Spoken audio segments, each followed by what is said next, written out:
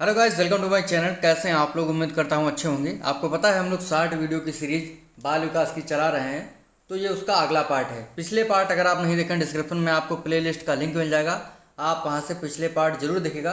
छोटे छोटे वीडियो हैं लेकिन बहुत ही दमदार हैं। अगर आप ये छोटे छोटे वीडियो देख लेते हैं तो गारंटी देता हूँ एग्जाम में आप बाल विकास में बहुत ही अच्छा करके आएंगे। आज का जो हमारा टॉपिक है उसका नाम है अधिगम अंतरण, लर्निंग ट्रांसफ़र। लर्निंग ट्रांसफ़र क्या होता है? देखिए, एक परिस्थिति में सीखा गया ज्ञान जब दूसरी परिस्थिति में प्रयोग किया जाए या प्रयोग हो जाए तो आपका होता है लर्निंग ट्रांसफर या अधिगम अंतरण। परिभाषा है विटेकर की। ये कहते हैं, प्रशिक्षण के अंतरण से तात्पर्य किसी एक कौशल या विषय वस्तु के सीखने का किसी दूसरे कौशल या विषय वस्तु के सीखने पर पड़ने वाले प्रभाव से होता है। तो अधिगम अंतरण क्या होता है? एक परिस्थिति में सीखा गया ज्ञान जब दूसरी परिस्थिति में यूज हो जाए तो आपका क्या होता है? लर्निंग ट्रांसफर, अधिगम अंतरण होता है। अधिगम अंतरण यानी टाइप्स ऑफ लर्निंग ट्रांसफर। कितने प्रकार का होता है अधिगम अंतरण? ये होता है 3 प्रकार का। धनात्मक अधिगम अंतरण, दूसरा होता है ऋणात्मक अधिगम अंतरण, तीसरा होता है शून्य अधिगम अंतरण। देखिए, अभी हम लोग थ्योरी पढ़ रहे हैं, लास्ट में आपके लिए कुछ एमसीक्यूज हैं, तो जब उनको करेंगे तो आपको समझ में आएगा कि आपको कितना आया है इस वीडियो से। देखिए, जानेंगे सबसे पहले धनात्मक अधिगम अंतरण के बारे में। देखिए, लिखा है, जब एक परिस्थिति में सीखा गया ज्ञान जब दूसरी परिस्थिति में काम आ जाए तो वह क्या होता है? धनात्मक अधिगम अंतरण होता है। यानी एक परिस्थिति में सीखा गया ज्ञान जब दूसरी परिस्थिति में काम आ जाए तो आपका होता है धनात्मक अधिगम अंतरण।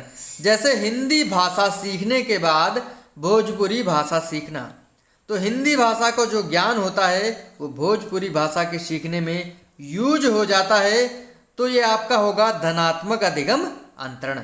देखिए, धनात्मक अधिगम अंतरण के 3 प्रकार होते हैं। कितने प्रकार? 3 प्रकार। कौन कौन से? क्षैतिज अधिगम अंतरण, ऊर्ध्व अधिगम अंतरण और द्विपार्श्वीय अधिगम अंतरण। ठीक है, एग्जाम में आपसे पूछेगा कि धनात्मक अधिगम अंतरण के कितने प्रकार होते हैं? 3। और अधिगम स्थानांतरण के कितने प्रकार होते हैं? 3। कौन कौन से? धनात्मक, ऋणात्मक और शून्य अधिगम अंतरण। तो आइए जानते हैं क्षैतिज अधिगम अंतरण के बारे में।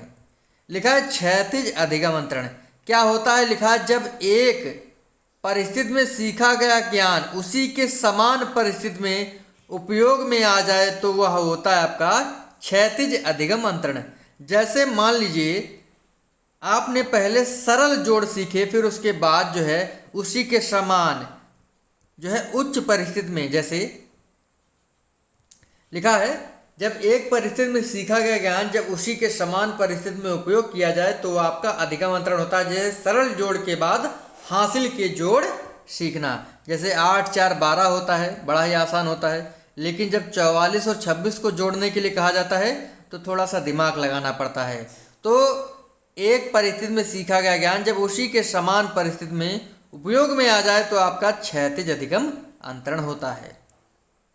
अगला है ऊर्ध्व अधिगम अंतरण।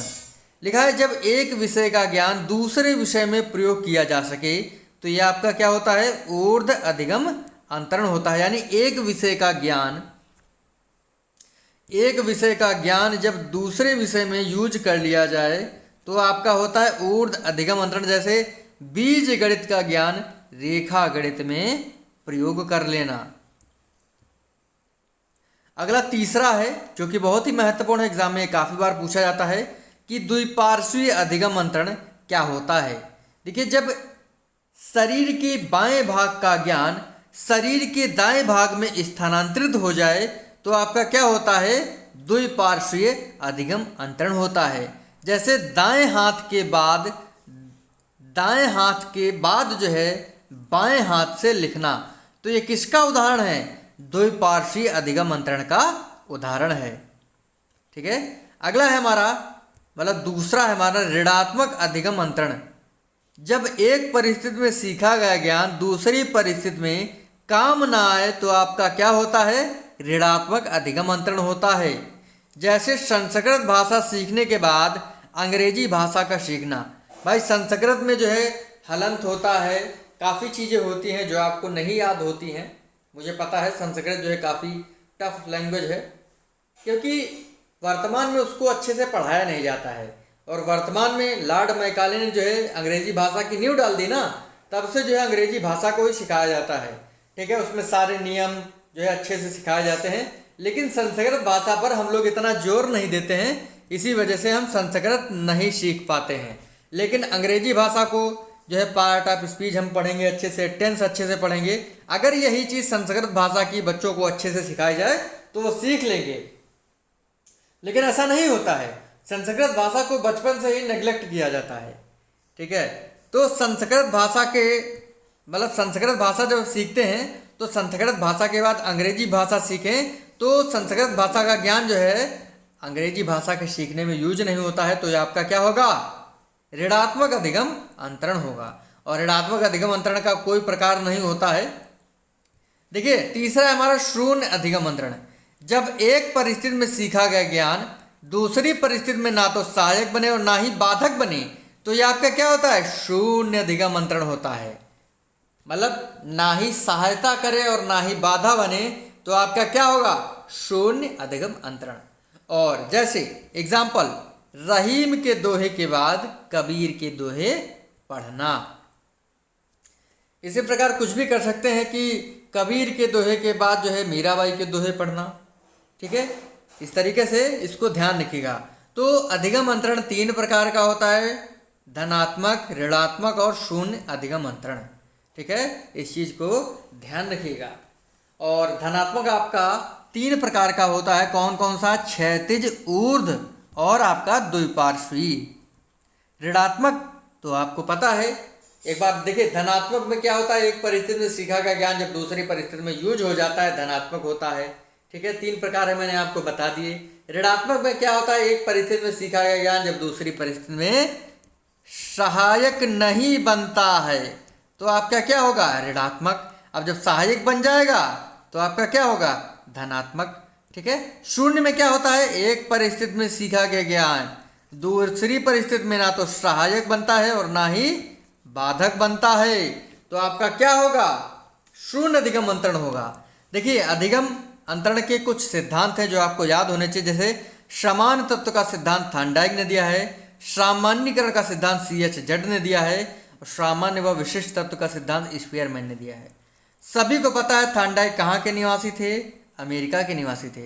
इन्होंने कौन सा सिद्धांत दिया है, प्रयास एवं त्रुटि का सिद्धांत दिया है, ट्रायल एंड एरर का सिद्धांत दिया है।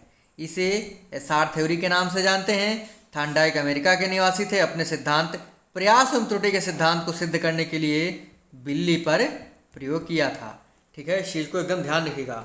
सीखने के इन्होंने कितने नियम बताए थे, सीखने के कुल 8 नियम बताए थे, 3 प्राथमिक और 5 गौड़ थे। प्राथमिक नियम कौन कौन से थे, तत्परता का नियम, ठीक है, एक था इनका। दूसरा था प्रभाव का नियम, तीसरा था अभ्यास का नियम। ठीक है, अगर बात करें स्पीयरमैन की, तो बुद्धि का द्विकारक सिद्धांत G फैक्टर और S फैक्टर की बात किसने की है, स्पीयरमैन ने की है। तो इस पॉइंट को ध्यान रखिएगा, क्योंकि इसमें बहुत सारे भी पॉइंट्स से मैं आपको बता सकता हूँ, लेकिन ज़्यादा नहीं बताऊँगा।